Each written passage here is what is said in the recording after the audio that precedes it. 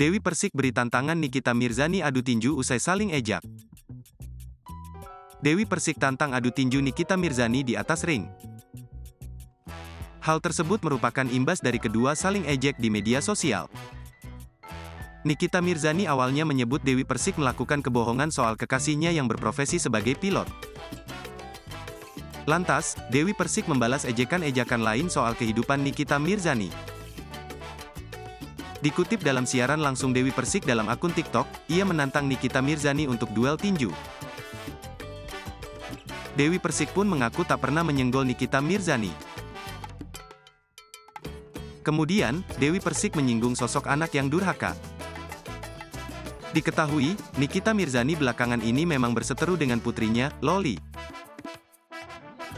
Melihat hal ini, Dewi Persik meminta Nikita Mirzani untuk introspeksi diri.